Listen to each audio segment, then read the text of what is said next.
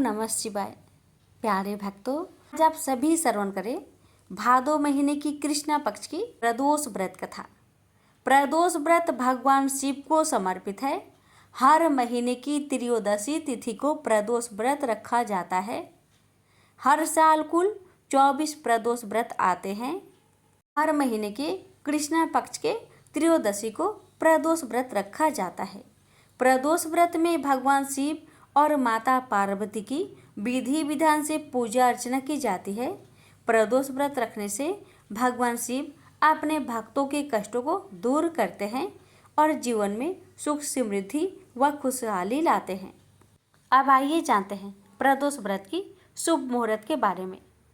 हिंदू पंचांग के अनुसार भाद्रपद मास के कृष्णा पक्ष की त्रयोदशी तिथि 31 अगस्त को देर रात 2:25 पर शुरू होगी और 1 सितंबर 2024 को देर रात 3:40 पर समाप्त होगी।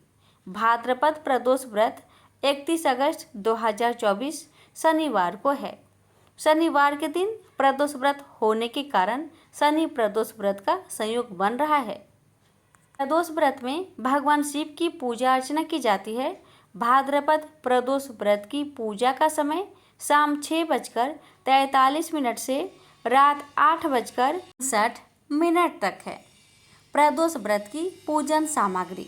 प्रदोष व्रत में शाम के समय पूजा के लिए आक के फूल, बेलपत्र, धूप, दीप, रोली, अक्षत, फल, मिठाई और पंचामृत समेत सभी पूजा सामग्री एक थाली में रख ले।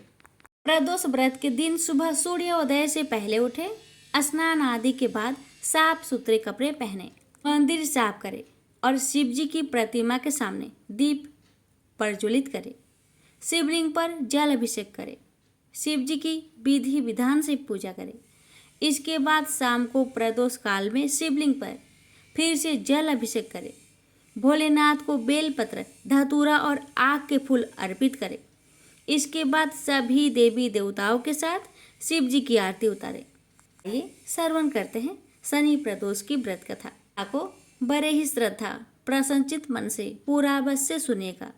प्रेम से बोलिए हर हर महादेव, माता पार्वती की जय, शनि महाराज की जय, पवन पुत्र हनुमान की जय। कथा। एक नगर सेठ थे। सेठ जी के घर में हर प्रकार की सुख सुविधाएं थी, लेकिन संतान नहीं होने के कारण सेठ और सेठानी हमेशा दुखी रहते थे। काफी सोच विचार करके सेठ जी ने अपना काम नौकरों को सौंप दिया और खुद सेठानी के साथ तीर्थ यात्रा पर निकल पड़े। अपने नगर से बाहर निकलने पर उन्हें एक साधु मिले जो ध्यान मग्न बैठे थे। सेठ जी ने सोचा क्यों ना साधु से आशीर्वाद लेकर आगे की यात्रा की जाए। सेठ और सेठानी साधु के निकट बैठ गए। साधु ने जब आंखें खोली तो उन्हें ज्ञात हुआ कि सेठ और सेठानी काफी समय से आशीर्वाद की प्रतीक्षा में बैठे हैं। साधु ने सेठ और सेठानी से कहा कि मैं तुम्हारा दुख जानता हूँ, तुम शनि प्रदोष व्रत करो, इससे तुम्हें संतान सुख प्राप्त होगा। साधु ने सेठ सेठानी को प्रदोष व्रत की विधि भी बताई और शंकर भगवान की निम्न वंदना बताई। हे रुद्रदेव शिव नमस्कार, शिव शंकर जगगुरु नमस्कार, हे नीलकंठ सूर्य नमस्कार, शशि मौली चंद्र सुख नमस्कार, हे उमाकांत सुधी नमस्कार, उग्रत्व रूप मन नमस्कार, ईशान ईश प्रभु नमस्कार, विश्वेश्वर प्रभु शिव नमस्कार। दोनों साधु से आशीर्वाद लेकर तीर्थ यात्रा के लिए आगे चल पड़े। तीर्थ यात्रा से लौटने के बाद सेठ और सेठानी ने मिलकर शनि प्रदोष व्रत किया, जिसके प्रभाव से उनके घर एक सुंदर पुत्र का जन्म हुआ और खुशियों से उनका जीवन भर गया। प्रेम से बोलिए उमापति शंकर भगवान की जय, शनि महाराज की जय। स्कंद पुराण में वर्णित एक कथा के अनुसार प्राचीन काल में एक विधवा ब्राह्मणी अपने पुत्र को लेकर भिक्षा लेने जाती थी और संध्या को लौटती थी। एक दिन जब वह भिक्षा लेकर लौट रही थी तो उसे नदी किनारे एक सुंदर बालक दिखाई दिया जो विदर्भ देश का राजकुमार धर्मगुप्त था। शत्रुओं ने उसके पिता को मारकर उसका राज्य हड़प लिया था। उसकी माता की भी मृत्यु अकाल हुई थी। ब्राह्मणी को उस बालक को देखकर बहुत दया आई और उसने उस बालक को अपना लिया और उसका पालन पोषण किया। कुछ समय पश्चात ब्राह्मणी दोनों बालक के साथ देवयोग से देव मंदिर में गई। वहां उनकी भेंट ऋषि सांडल्य से हुई। ऋषि सांडल्य ने ब्राह्मणी को बताया कि जो बालक उन्हें मिला है वह विदर्भ देश का राजा का पुत्र है जो युद्ध में मारे गए थे और उनकी माता को ग्रह ने अपना भोजन बना लिया था। ऋषि सांडल्य ने ब्राह्मणी को प्रदोष व्रत करने की सलाह दी। ऋषि आज्ञा से दोनों बालकों ने भी प्रदोष व्रत करना शुरू कर दिया। एक दिन दोनों बालक वन में घूम रहे थे, तभी उन्हें कुछ गंधर्व कन्याएं नजर आई। ब्राह्मण बालक तो घर लौट आया, किंतु राजकुमार धर्मगुप्त अंशुमति नाम की गंधर्व कन्या से बात करने लगे। गंधर्व कन्या और राजकुमार एक दूसरे पर मोहित हो गए। कन्या ने विवाह हेतु राजकुमार को अपने पिता से मिलवाने के लिए बुलवाया। दूसरे दिन जब वह पुनः गंधर्व कन्या से मिलने आया तो गंधर्व कन्या के पिता ने बताया कि वह विदर्भ देश का राजकुमार है। भगवान शिव की आज्ञा से गंधर्व राज ने अपनी पुत्री का विवाह राजकुमार धर्मगुप्त से करवाया। इसके बाद राजकुमार धर्मगुप्त ने गंधर्व सेना की सहायता से विदर्भ देश पर पुनः आधिपत्य प्राप्त किया। यह सब ब्राह्मणी और राजकुमार धर्मगुप्त के प्रदोष व्रत करने का फल था। स्कंद पुराण के अनुसार जो भक्त प्रदोष व्रत के दिन शिव पूजा के बाद एकाग्र होकर प्रदोष व्रत कथा सुनता या पढ़ता है उसे 100 जन्मों तक कभी दरिद्रता नहीं होती। प्रेम से बोलिए उमापति शंकर भगवान की जय। एक समय की बात है कि बहुत वर्ष पूर्व ऋषि मुनि भगवान को पाने के लिए कठोर तपस्या करते थे। यह तपस्या कैसी रहती थी? एक पांव पर खड़े होकर नमस्कार की मुद्रा में भगवान का नाम जप करना, पानी में नमस्कार की मुद्रा में खड़े रहकर अखंड भगवान का नाम जप करना, हिमालय जैसे पर्वत पर जाकर अत्यंत ठंड में एक ही जगह अनेक वर्ष तक बैठकर नाम जप करना, इस प्रकार तपस्या की जाती थी। तपस्या के समय न कुछ खाया जाता था न ही पिया जाता था। इसी प्रकार कठोर तपस्या करने के बाद भगवान भक्त पर प्रसन्न होकर उन्हें आशीर्वाद देते थे। इसी प्रकार भगवान शंकर को पति रूप में पाने के लिए माता पार्वती कठोर तपस्या कर रहे थे। तपस्या के समय वह भगवान के चिंतन में ध्यान मग्न बैठी थी। उनकी तपस्या पूर्ण होने ही वाली थी कि उसी समय उन्हें एक बालक के डूबने की चीख सुनाई दी। माता तुरंत उठकर वहां पहुंची। उन्होंने देखा एक मगरमच्छ बालक को पानी के अंदर खींच रहा है। वह बालक अपने प्राण बचाने के लिए बहुत प्रयास कर रहा था तथा मगरमच्छ उसे खाने का प्रयास कर रहा था। अंततः करुणामयी माता पार्वती को बालक पर दया आई। माता ने मगरमच्छ से निवेदन करते हुए कहा, बालक को छोड़ दो, इसे आहार न बनाओ। उस पर मगरमच्छ बोला, माता यह मेरा आहार है। मुझे हर छठे दिन भूख मिटाने के लिए जो पहले मिलता है वह मेरा आहार होता है। मेरा आहार ब्रह्मा ने निश्चित किया है। माता पार्वती ने फिर कहा, आप इसे छोड़ दो, मैं इसके बदले अपनी तपस्या का फल आपको दूंगी। पार्वती माता ने बालक के प्राणों की रक्षा के लिए अपनी कठोर तपस्या का फल दांव पर लगाया। मगरमच्छ ने भी उसे स्वीकार किया। पार्वती माता ने उसी समय संकल्प किया और अपनी पूरी तपस्या का फल उस मगरमच्छ को दे दिया। मगरमच्छ को माता के तपस्या का फल प्राप्त होने के कारण वह सूर्य के जैसे चमक उठा। उसकी बुद्धि में शुद्ध हो गई। उसने कहा, माता आप अपना पुण्य वापस ले लीजिए, मैं इस बालक को छोड़ दूंगा।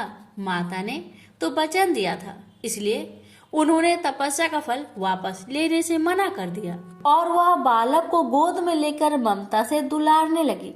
बाद में माता ने उस बालक को उसके घर सुरक्षित लौटा दिया और वे अपने स्थान पर वापस आ गई। भगवान शिव जी को प्राप्त करने हेतु उन्होंने पुनः तप करना आरंभ कर दिया। उसी समय भगवान शिव जी माता पार्वती के सामने प्रकट हो गए। भगवान शिव जी उन्हें बोले, पार्वती, अब तुम्हें तप करने की आवश्यकता नहीं है। हर प्राणी में मेरा ही वास है। तुमने उस मगरमच्छ को अपने तप का जो फल दिया है वह मुझे ही प्राप्त हुआ है, इसलिए तुम्हारे तप का फल अनंत गुना हो गया है। तुमने करुणा और ममता से द्रवित होकर बालक की रक्षा की, इसलिए मैं तुम पर प्रसन्न हूँ और तुम्हें अपनी पत्नी के रूप में स्वीकार करता हूँ। प्रेम से बोलिए उमापति शंकर भगवान की जय।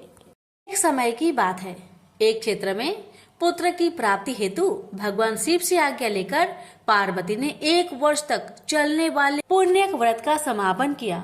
व्रत की समाप्ति पर पुरोहित सनत कुमार ने देवी पार्वती से कहा, सुब्रते, मुझे दक्षिणा चाहिए।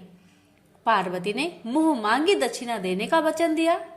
फिर क्या था, पुरोहित बने सनत कुमार ने अस्वाभाविक दक्षिणा की याचना की। देवी, इस व्रत में दक्षिणा स्वरूप मुझे अपने पति को दीजिए। यह सुनते ही देवी पार्वती पर जैसे वज्रपात हुआ। वो व्याकुल होकर विलाप करती हुई मूर्छित हो गई। पार्वती को मूर्छित देखकर ब्रह्मा, विष्णु और मुनियों को हंसी आ गई। उन्होंने पार्वती को समझाने के लिए भगवान शिव को भेजा। पार्वती की मूर्छा टूटने पर शिव ने उन्हें समझाया, हे देवी, देव कार्य, पितृ कार्य या नित्य नैमित्तिक जो भी कार्य दक्षिणा से रहित होता है निष्फल हो जाता है। उस कर्म से दाता कालसूत्र नामक नगर में गिरता है। इसके बाद वह दीन होकर शत्रुओं से पीड़ित होता है। ब्राह्मण को संकल्प की हुई दक्षिणा उस समय न देने से वह बढ़कर कई गुना हो जाती है। भगवान विष्णु और ब्रह्मा ने पार्वती से धर्म रक्षा के लिए अनुरोध किया। धर्म ने भी समझाया, देवताओं ने भी कहा, मुनियों ने भी दक्षिणा देने की प्रेरणा दी, फिर भी पार्वती चुप रही। तब सनत कुमार ने कहा, हे शिवे, या तो आप मुझे दक्षिणा में अपने पति को प्रदान कीजिए या अपने दीर्घकालीन कठोर तप का फल भी त्याग दीजिए। इस महान कर्म की दक्षिणा न मिलने पर मैं इस दुर्लभ कठोर व्रत का फल ही नहीं, आपके समस्त कर्मों का फल भी प्राप्त कर लूंगा। उद्गन होकर पार्वती ने कहा, पति से वंचित हो जाने वाले कर्म से क्या लाभ? दक्षिणा देने तथा धर्म और पुत्र की प्राप्ति से मेरा क्या हित होगा? पृथ्वी देवी की उपेक्षा कर वृक्ष की पूजा करने से क्या प्राप्त हो सकेगा? साध्वी स्त्रियों के लिए पति 100 पुत्र के समान होता है। ऐसी स्थिति में यदि व्रत में अपने पति को ही दक्षिणा दे दी जाए तो पुत्र से क्या लाभ? यह सत्य है कि पुत्र पति का ही अंश होता है, लेकिन उसका एकमात्र मूल तो पति ही होता है। मूल धन के नष्ट होने पर समस्त व्यापार ही विनष्ट हो जाता है। उसी समय आकाश में देवताओं और ऋषियों ने एक रत्न निर्मित रथ देखा जो पार्षदों से घिरा हुआ था। उस रथ से श्री नारायण उतरकर देवताओं के सम्मुख उपस्थित हुए। उन श्री नारायण को ब्रह्मा, विष्णु और शिव ने रत्न सिंहासन पर बैठाकर उन्हें प्रणाम किया और हाथ जोड़कर गदगद कंठ से स्तुति की। वहां का सारा वृत्तांत जानकर श्री नारायण ने कहा, शिव प्रिया पार्वती का यह व्रत लोक शिक्षा के लिए है, अपने लिए नहीं, क्योंकि ये तो स्वयं समस्त व्रतों एवं तपस्याओं का फल प्रदान करने वाली है। इनकी माया से ही चराचर जगत मोहित है। फिर उन्होंने पार्वती को संबोधित कर कहा, हे शिवे, इस समय तुम महादेव जी को दक्षिणा में देकर अपना व्रत पूर्ण कर लो। फिर समुचित मूल्य देकर अपने जीवन धन को वापस ले आना। गौओं की भांति शिव भी विष्णु के शरीर में ही है, अतः तुम ब्राह्मण और गो मूल्य प्रदान कर अपने पति को लौटा लेना। यह कहकर वे अंतर ध्यान हो गए। तब पार्वती प्रसन्न मन से अपने प्राण सर्वस्व को दक्षिणा में देने के लिए तैयार हो गई। उन्होंने हवन की पूर्ण आहुति की और अपने जीवननाथ शिव को दक्षिणा रूप में दे दिया। इसके बाद उन्होंने पुरोहित सनत कुमार से निवेदन किया, हे ब्रिब्बर, गौ का मूल्य मेरे पति के बराबर है। मैं आपको अत्यंत सुंदर 1,00,000 गौ प्रदान करूंगी। इसके बदले में आप मेरे जीवन सर्वस्व को लौटा दीजिए। प्राणनाथ के मिल जाने पर मैं पुनः ब्राह्मणों को विपुल दक्षिणाएं प्रदान करूंगी। तब सनत कुमार ने पार्वती से कहा, हे देवी, मैं ब्राह्मण हूँ, मैं 1,00,000 गौ लेकर क्या करूंगा? इस दुर्लभ रत्न के सामने 1,00,000 गौ की क्या तुलना है?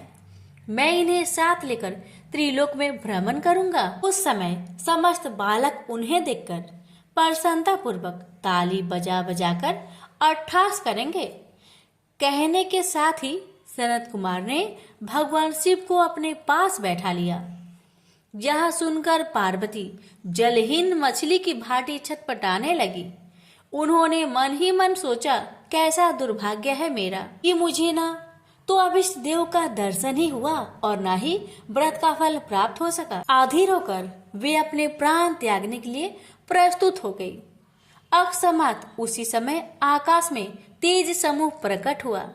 उस तेज समूह को देखकर पार्वती ने उससे अपने ऊपर दया करने को कहा और उस महान तेजो राशि के मध्य विश्व मोहन श्री कृष्ण स्वरूप का दर्शन किया। ऐसे भुवन मोहन अनूप रूप को देखकर भगवती पार्वती उसी के सदृश पुत्र की कामना करने लगी और उसी क्षण उन्हें वह वर भी प्राप्त हो गया। तदंतर वह तेज वही तिरोहत हो गया।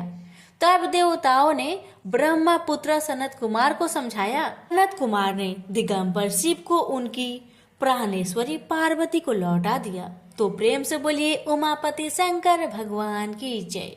पार्वती जब भी अपने पति शिव के साथ दूसरे देवताओं के निवास स्थान पर जाती और वहां उनके सजे धजे सुंदर भवनों को देखती तो उन्हें बड़ी हीनता का बोध होता।